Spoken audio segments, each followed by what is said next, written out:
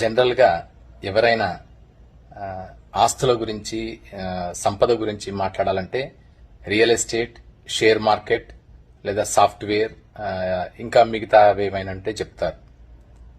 కానీ ఆశ్చర్యంగా ఒక ఆర్ట్ ఎస్టేట్ అనేది కూడా all over the world rule చేస్తున్న ఒక సంపన్నమైన వ్యవస్థ అని చెప్పొచ్చు. ఆర్ట్ ఎస్టేట్ అంటే పెయింటింగ్స్ కానీ, ఫోటోగ్రఫీ కానీ అత్యంత ప్రాచీనమైనవి, యాంటిక్స్ లాంటివి చాలా ఖరీదుగా ఉంటాయి. వాటిని కొనడం ఉన్నత వర్గాల వాళ్ళు, కులీన సామాజిక వర్గానికి సంబంధించిన వాళ్ళు, సంపన్నులు తమ ఇళ్లల్లో, తమ డ్రాయింగ్ రూమ్స్ లో పెట్టుకోవడం ద్వారా తమ స్థాయిని, హోదాను, ఉన్నతిని చూపించే విధంగా ఈ ఆర్ట్ ఎస్టేట్ అనేది విస్తరించి ఉంది. సో వీటిల్లో క్రిస్టీస్ అనేది ఒకటి సంస్థ ఒకటి ఉంది.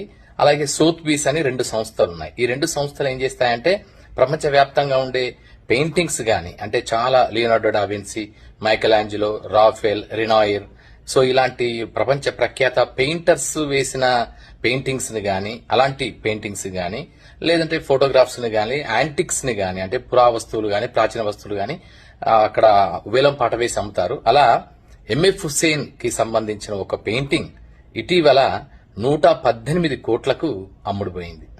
అది క్రిస్టీస్ వేలం పాటలో